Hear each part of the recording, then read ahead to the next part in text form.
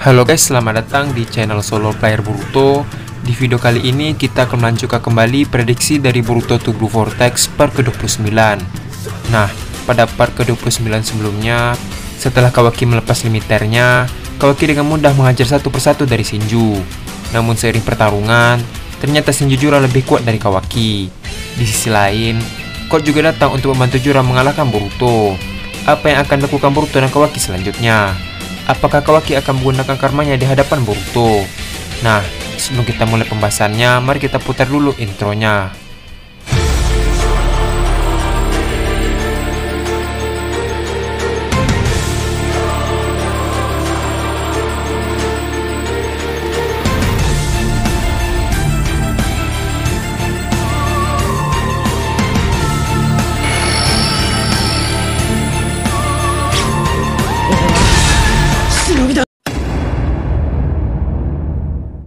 Video prediksi ini berjudul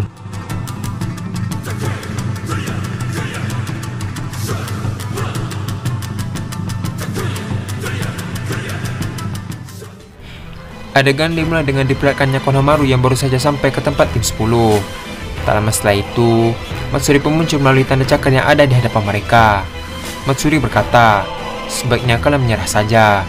Terlihat, tim 10 dan Konohamaru pun mulai berwaspada. Adegan pun beralih kembali ke Jura. Terlihat, Jura pun mulai terbang ke langit. Di sisi lain, Boruto berkata, jika dia terbang, sulit untuk menggunakan Huzuiko. Tak lama setelah itu, Kawaki pun mengajak Boruto untuk terbang untuk menghadapi Jura. Terlihat, mereka berdua pun terbang untuk menghadapi Jura. Selama melayang, Boruto berkata bahwa apakah Kawaki akan menggunakan karmanya untuk melawan Jura. Namun, Kawaki membalas dengan berkata bahwa dia tidak perlu menggunakan karma untuk menghadapi Jura. Setelah mengatakan hal tersebut, Kawaki mengubah bentuk tangannya menjadi sebuah bilah pedang. Di sisi lain, Boruto juga mengeluarkan pedang Kusanaginya. Sedangkan Jura, dia hanya menatap mereka dari kejauhan. Tak lama setelah itu, Kawaki memulai pertarungan dengan memunculkan batangan besi ke arah Jura. Namun, Jura dengan mudah menangkap semua tongkat besi tersebut. Melihat hal itu, Kawaki mengajak Boruto untuk mengikutinya. Terlihat, Boruto dan Kawaki pun mulai terbang ke arah Jura. Di sisi lain, Jura yang melihat mereka terbang ke arahnya langsung mengeluarkan beberapa biju dama untuk menyerang mereka. Namun, Boruto dan Kawaki menghindari satu demi satu biju dama tersebut. Setelah mereka mulai mendekat ke arah Jura, Kawaki dan Boruto menyerang Jura di sisi berlawanan menggunakan senjata mereka masing-masing. Terlihat, Jura pun mulai mengubah bentuk tangannya menjadi sebuah bilah pedang dan menangkis serangan Kawaki dan juga Boruto. Selama Jura menahan serangan mereka, Boruto kembali menyerang Jura menggunakan Rasengan di tangan kanannya. Terlihat, Rasengan tersebut mengenai tubuh Jura dan membuatnya terpental sangat jauh ke langit. Melihat momen tersebut, Kawaki juga menyerang Jura menggunakan laser peledaknya. Setelah laser itu mengenai Jura, laser tersebut meledak dan mengeluarkan asap yang cukup tebal. Setelah asap tersebut perlahan mulai menghilang, ternyata Jura sudah tidak berada di sana. Boruto dan Kawaki melihat Jura sudah tidak ada di sana pun terkejut. Tiba-tiba, dari arah belakang mereka muncul Jura.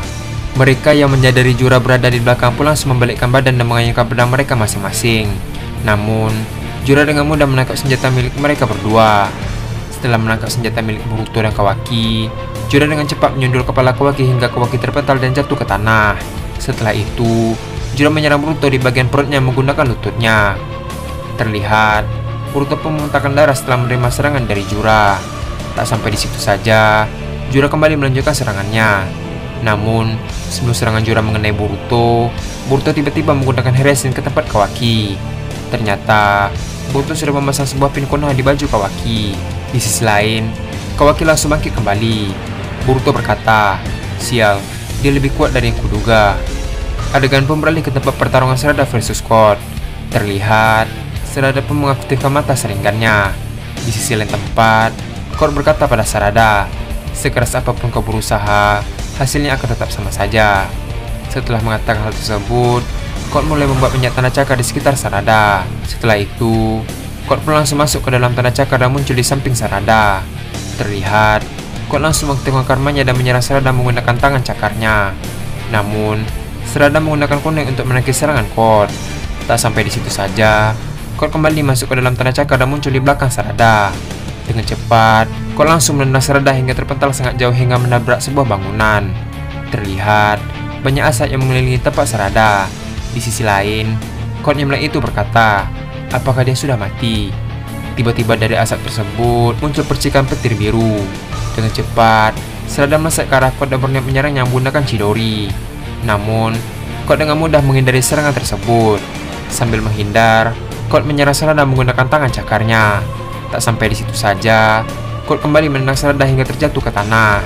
Terlihat, Sarada mengalami luka di bagian tangan kirinya. Adegan pun beralih ke tempat pertarungan tim 10 bersama Konohamaru melawan Mamushi dan juga Matsuri. Konohamaru berkata pada tim 10 untuk tidak berpencar, karena mereka semua bisa berpindah tempat dengan tanda cakar. Di sisi lain, Matsuri berkata pada Konohamaru, aku penasaran apa yang akan terjadi denganku setelah aku memakan dirimu.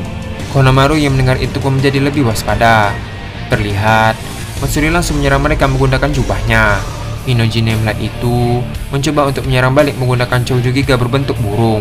Namun, serangan Inojin langsung hancur setelah menyentuh jubah milik Matsuri. Inojin yang melihat itu pun terkejut karena serangannya tidak berefek pada serangan Matsuri. Terlihat, serangan Matsuri tersebut mulai mendekat ke arah mereka. Namun, Himawari dengan cepat menangkis semua serangan Matsuri dalam mode Kyuubi.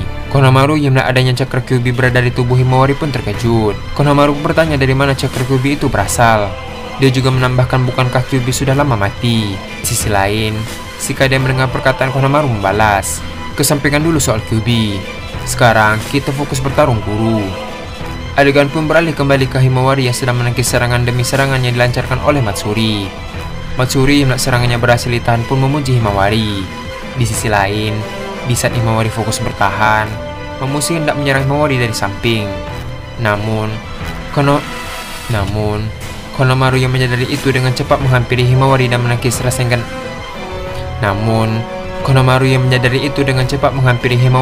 Serangan Mamushi menggunakan Rasengan Soheki. Terlihat, serangan pemakan Mamushi pun beradu dengan perisai pusaran angin milik Konohamaru. Sambil menahan serangan Mamushi, Konohamaru menyuruh Shikade dan yang lainnya untuk membantu dirinya. Mendengar hal itu, Shikade menggunakan jutsu bayangannya dan mengunci pergerakannya. Di saat pergerakan Mamushi sudah terkunci, Chocho mengubah tangannya menjadi lebih besar dan memukul Mamushi dengan sangat keras hingga Mamushi terpental sangat jauh. Di sisi lain, Himawari masih menahan serangan Matsuri. Matsuri berkata, apakah kau bisa menahannya ini? Terlihat, Matsuri mengeluarkan Mokuton dan menyerang Himawari. Karena Himawari lengah, dia pun terkena serangan Mokuton dan terpental sangat jauh. Di sisi lain tempat, Mamushi kembali bangkit dan melesat dengan cepat ke arah Konohamaru. Selagi mereka bertarung satu sama lain, Matsuri memanfaatkan momen tersebut untuk menyerang Konohamaru menggunakan peluru Seiton. Terlihat, serangan Matsuri mengenai perut Konohamaru. Karena hal itu, Konohamaru pun kehilangan keseimbangannya. Di saat yang bersamaan, Mamushi pun menendang Konohamaru hingga terpental dan terjatuh. Adegan pun beralih ke tempat Mitsuki versus Ryu. Terlihat, Mitsuki menggunakan Sage Mondenya dan memulai pertarungan mereka dengan menyerang Ryu menggunakan Raiton. Di sisi lain, Ryu yang melihat itu dengan mudah menghindar. Setelah itu, Ryu mulai mengeluarkan pasir besinya dan menyerang Mitsuki secara bertubi-tubi. Terlihat, Mitsuki pun berlari ke arah Ryu sambil menghindar serangan darinya. Selama berlari, diperlihatkan Mitsuki terkena sayatan di bagian tubuhnya. Walau terluka, Mitsuki tetap berlari ke arah Ryu. Setelah cukup dekat, Mitsuki pun memanjangkan tangannya untuk mengikat tangan kanan Ryu. Namun, karena perbedaan kekuatan yang cukup besar, Ryu memanfaatkan tangan Mitsuki untuk menarik lawannya. Setelah Mitsuki mendekat ke arahnya, Ryu dengan cepat mengubah pasir besinya ke bentuk balok yang runcing. Setelah itu, Mitsuki pun terkena serangan Ryu dan terpental cukup jauh. Terlihat, tubuh Mitsuki pun terluka akibat serangan dari Ryu. Adegan pun beralih ke Court kembali. Setelah merasa kemenangannya sudah di depan mata, Court mencoba untuk membuat Sarada putus asa.